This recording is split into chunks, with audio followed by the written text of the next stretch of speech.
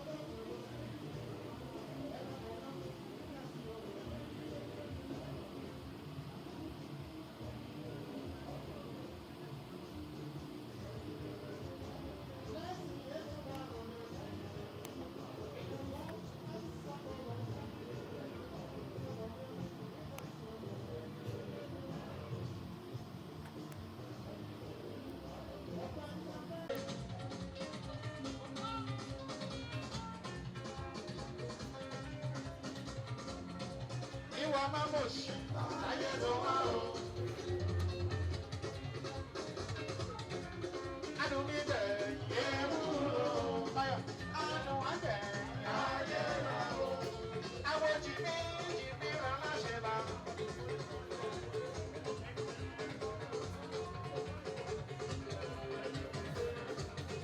Báyọ̀ á ní.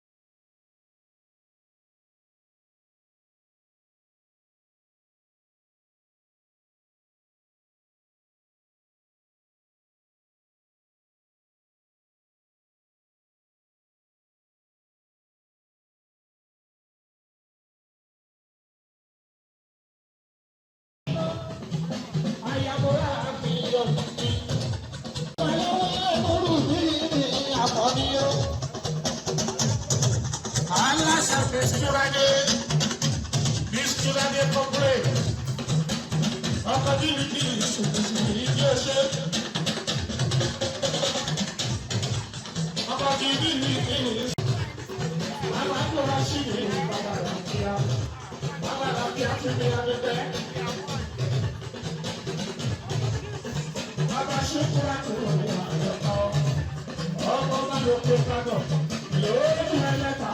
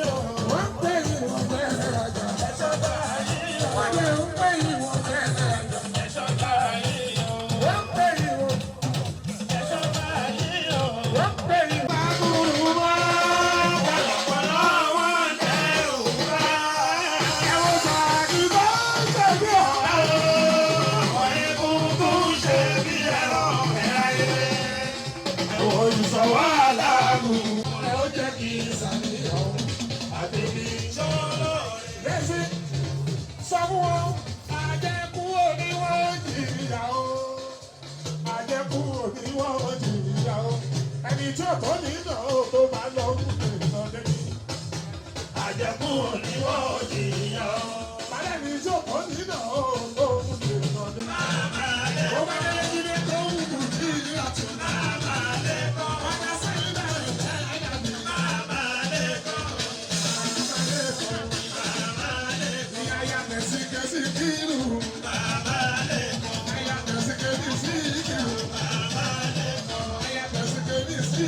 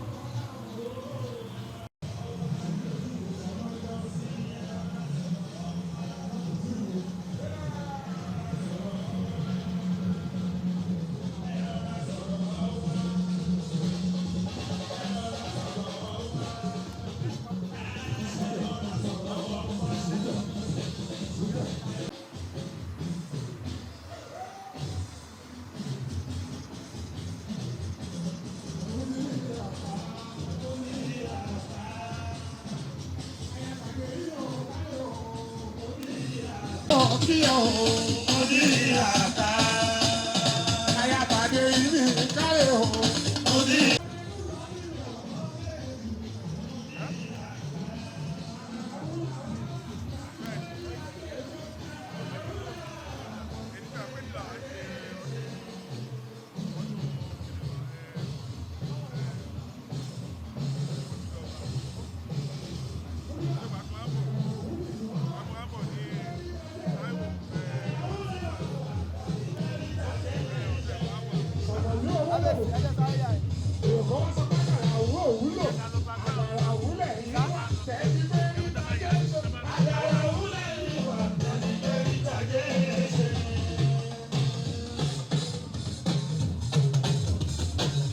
Sọ̀rọ̀ yóò wọlé wò, àgàrà wúni wàhálà ó, tó ti gbé rí tọwọ́ òde.